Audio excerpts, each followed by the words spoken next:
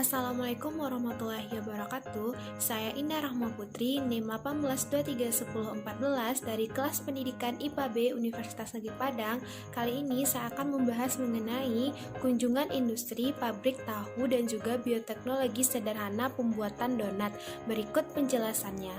Yang pertama, saya akan membahas mengenai kunjungan industri pabrik tahu CNG di Kota Solo. Tujuan dari kunjungan industri ini yaitu memperluas pengetahuan dan informasi mahasiswa mengenai cara kerja dan tenaga kerja di industri itu sendiri. Yang kedua, mendorong mahasiswa agar mempunyai rasa kedisiplinan dan tanggung jawab. Dan yang ketiga, sebagai bahan praktek yang akan menambah pengalaman sebagai mahasiswa pendidikan ilmu pengetahuan alam. Pabrik Tahu CNG Kota Solo. CNG Pabrik Tahu beralamat di Jalan Sersan Basir, Tanah Garam, Lubuk Sikarah, Kota Solo, Sumatera Barat. Sejarah industri pabrik tahu CNG Kota Solo. Yang pertama, pabrik tahu CNG merupakan pabrik tahu terbesar di Kota Solok yang beralamat di Jalan Sersan Basir nomor 6 Gawan, Tanah Garam, Kota Solo. Pabrik tahu ini berdiri pada tanggal 1 Juni 2002 di bawah pimpinan Janisar Ken Datuk Rajo Bangkeh. Pabrik tahu CNG berdiri di atas tanah seluas 1 hektar, memiliki pekerja 30 orang. Nah, pemilik dari pabrik tahu CNG ini yaitu Bapak Janisar Can Datuk Rajo Bangkeh. CNG adalah singkatan dari suku di Minangkabau yaitu Caniago. Pemilik perusahaan merupakan putra asli Minangkabau yang sukunya Caniago. Selanjutnya, produksi industri pabrik tahu CNG. Pada awal berdiri, jumlah produksi pada saat itu hanya kisaran 100 kg sampai 250 kg. Peralatan produksi yang digunakan hanya peralatan sederhana atau belum menggunakan teknologi dan mesin yang canggih. Kemudian tahun 2019 diperoleh Surat Izin Usaha Perdagangan atau SIUP dari Dinas Penanaman Modal dan Dinas Pelayanan Satu Pintu 0503-21-SITU-DPM-PTSP-2019 atas nama pabrik tahu CNG. Kemudian tahun 2002 berdirinya industri tahu CNG. Nah, permintaan pasar terhadap produksi tahu terus meningkat. Tahun 2006 terjadi isu-isu formalin di berbagai industri Kota Solo, sehingga industri tahu CNG terkena dampaknya.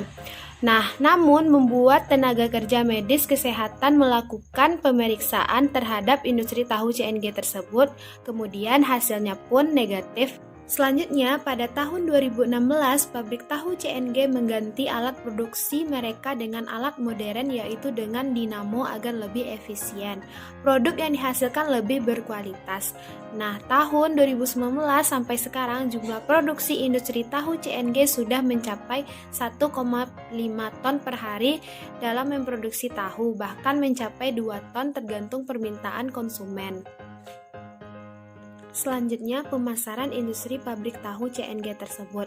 Yang pertama, pada awalnya berdiri industri tahu CNG memasarkan produk dengan cara berkeliling, menitipkan tahu di warung-warung. Kemudian, permintaan konsumen terhadap produk ini semakin tinggi, akhirnya banyak pedagang pasar yang langsung membeli produk industri tahu CNG ke lokasi produksi. Lalu memasarkan produknya dengan cara mengantar ke pasar-pasar baik kabupaten, kota, bahkan sampai luar kota. Laporan kunjungan industri yang telah disurvei ke lokasi langsung, ditemukan alat dan bahan pengolahan tahu. Yang pertama, pembahasan mengenai alat pembuatan tahu. Yang pertama yaitu ada baskom atau tong besar yang berfungsi sebagai perendaman kacang kedelai. Yang kedua yaitu ada mesin penggiling kacang kedelai. Yang ketiga ada wajan untuk perebusan kacang kedelai. Yang keempat ada tungku. Yang kelima ada penyaringan berupa kain saring.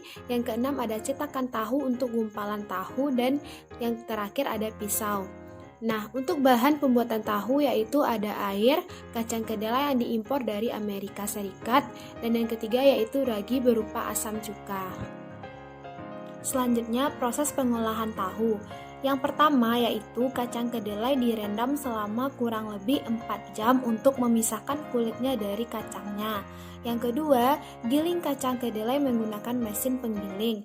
Yang ketiga, memasukkan kacang kedelai yang sudah digiling ke dalam bak perebusan atau wajan selama kurang lebih 10 menit.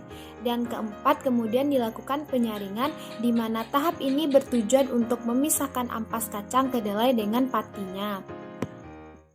Selanjutnya yang kelima yaitu setelah pati didapatkan dari proses penyaringan, selanjutnya pati dicampur dengan memasukkan ragi berupa asam cuka. Yang keenam, tunggu hingga terdapat gumpalan-gumpalan yang merupakan cikal bakal tahu. Yang ketujuh, gumpalan tahu kemudian dipres. Gumpalan tahu kemudian dipres menggunakan cetakan. Dan langkah yang terakhir, setelah tahu didapatkan dari cetakan, tahu bisa disajikan sesuai pesanan dengan memotong-motong tahu tersebut. Limbah industri tahu. Limbah dari pembuatan tahu ini langsung dibuang ke sungai. Dulu pabrik tahu ini mendapatkan tawaran pengolahan limbah, namun tidak dilaksanakan karena kekurangan biaya. Dan pada saat ini biaya sudah ada namun tawaran tidak ada lagi. Pemilik pabrik merencanakan pembuatan pengolahan untuk limbah ini. Limbah tahu adalah limbah yang dihasilkan dalam proses pembuatan tahu. Limbah yang dihasilkan berupa limbah padat dan cair. Nah, limbah padat belum dirasakan dampaknya terhadap lingkungan karena dapat dimanfaatkan untuk makanan ternak. Tetapi limbah cair akan mengakibatkan bau busuk dan bila dibuang langsung ke sungai akan menyebabkan tercemarnya sungai tersebut. Pencemaran air diakibatkan oleh masuknya bahan pencemar yang dapat berupa gas dan bahan-bahan terlarut. Nah, karakteristik dari limbah industri tahu yang masih mengandung kadar protein tinggi apabila dibuang langsung ke lingkungan tanpa ada pengolahan terlebih dahulu. Untuk menurunkan konsentrasi protein dalam limbah tersebut, mengakibatkan protein mudah terurai sehingga menimbulkan bau busuk yang mengganggu baik dari segi estetika maupun kesehatan. Selain itu, dapat menurunkan kualitas air pada badan air yang menerimanya.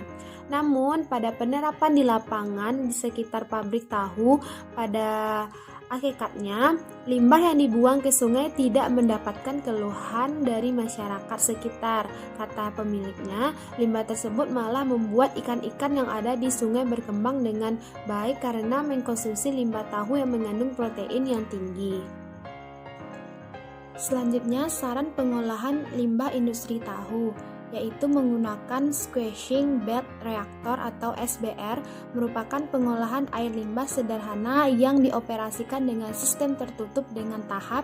Yang pertama yaitu tahap pengisian air limbah ke unit pengolahan atau FILI. Yang kedua, tahap pengolahan atau REACH di dalam unit pengolahan. Yang ketiga, tahap pengendapan atau setele. Yang keempat, tahap pengeluaran sebagian air limbah atau draw. Yang kelima, tahap diam atau tidak diberlakukan apa-apa atau idly. Seperti yang terlihat pada PPT, tahap yang pertama yaitu ada pengisian, selanjutnya yaitu ada aerasi atau perombakan nitrifikasi, selanjutnya itu ada pengadukan menghasilkan denitrifikasi, selanjutnya yaitu ada pengendapan yang menghasilkan sedimentasi atau lumpur, selanjutnya yaitu pembuangan efluen atau lumpur, dan kemudian yang terakhir menunggu hasilnya. SBR merupakan pengolahan air limbah secara biologis, khususnya menggunakan batuan mikroorganisme. Nah, mikroorganisme ini bekerja sebagai agen pemisah beban organik yang ada di air limbah. Nah, kunci utama dalam proses SBR ini yaitu startup SBR dengan pemilihan bibit mikroorganisme berupa lumpur yang dapat optimal mengolah air limbah dengan proses biologis. Lumpur dari endapan limbah tahu dapat digunakan dengan mengolah air limbah. Endapan berupa lumpur tersebut ditambahkan pada awal proses SBR. Mikroorganisme di lumpur akan menggunakan bahan organik di air limbah untuk metabolisme mikroorganisme itu sendiri. Kelebihan dari teknologi SBR adalah fleksibilitas, menjadi beberapa proses di satu wadah sehingga tidak membutuhkan tempat yang luas. Sehingga saat pabrik tahu berhenti operasionalnya, maka dapat digunakan untuk proses SBR, sedangkan saat akan beroperasi pabrik tahunya, air limbah yang sudah terolah tersebut dapat dilanjutkan ke tahap pengolahan. Anggarannya pun pengolahan SBR ini lebih murah karena investasi untuk membangun unit pengolahan hanya satu. Hal ini sesuai untuk industri UKM seperti pabrik tahu ataupun pabrik yang lainnya. Kelemahan dari unit ini adalah kurang sesuai untuk industri berskala besar. Baiklah, berikut hasil dari dokumentasi kunjungan industri pabrik tahu CNG Kota Solok.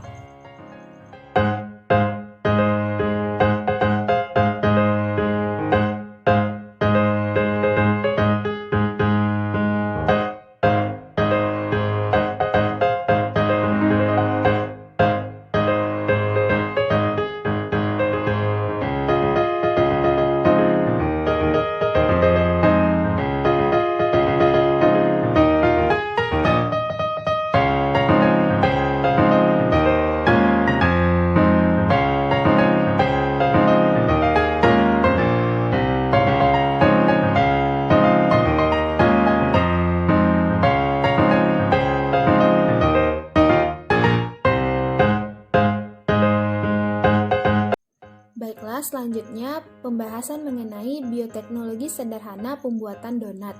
Yang pertama itu ada alat dan bahan dari pembuatan donat.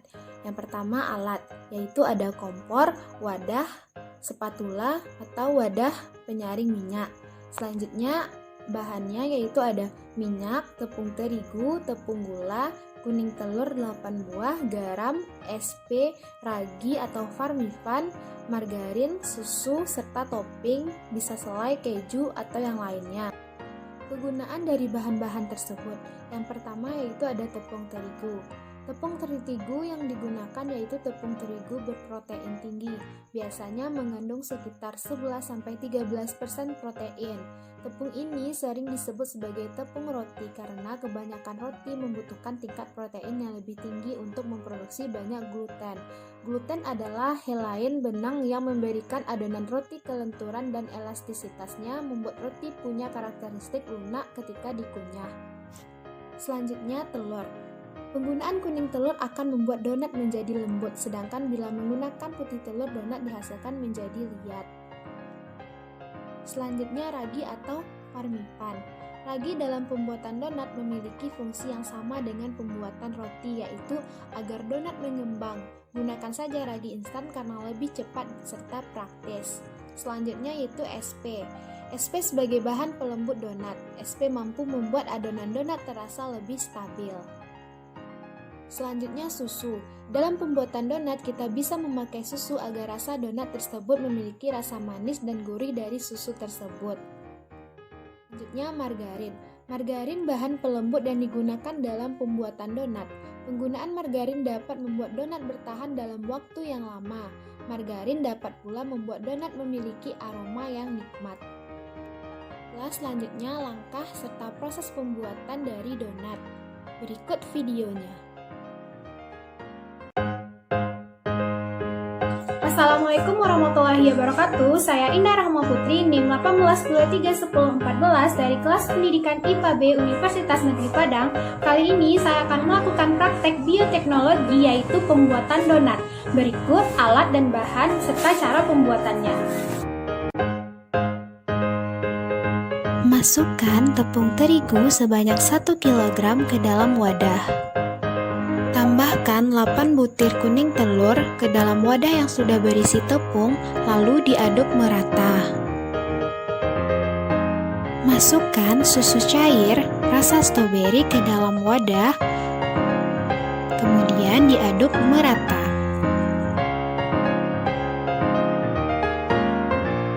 Tambahkan ragi atau farmivan yang sudah diencerkan dengan air panas. Air panasnya yaitu suam-suam kuku.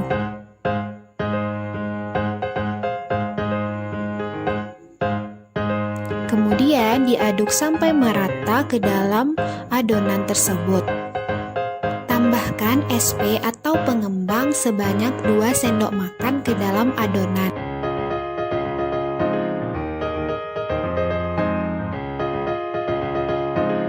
Aduk sampai merata.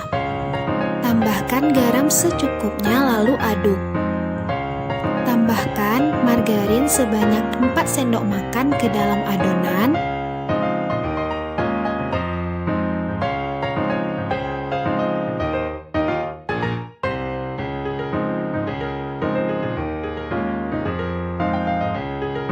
Kemudian diaduk sampai merata menggunakan tangan. Aduk adonan sampai membentuk seperti gumpalan. Kemudian adonan mulai menyatu dengan menguleninya.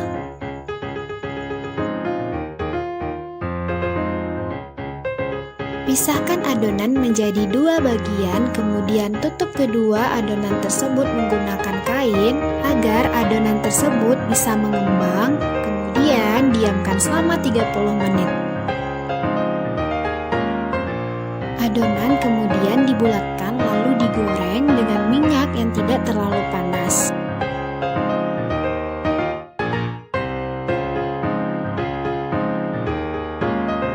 Inilah hasil dari donat yang sudah dibuat tersebut yang telah diberikan tambahan topping.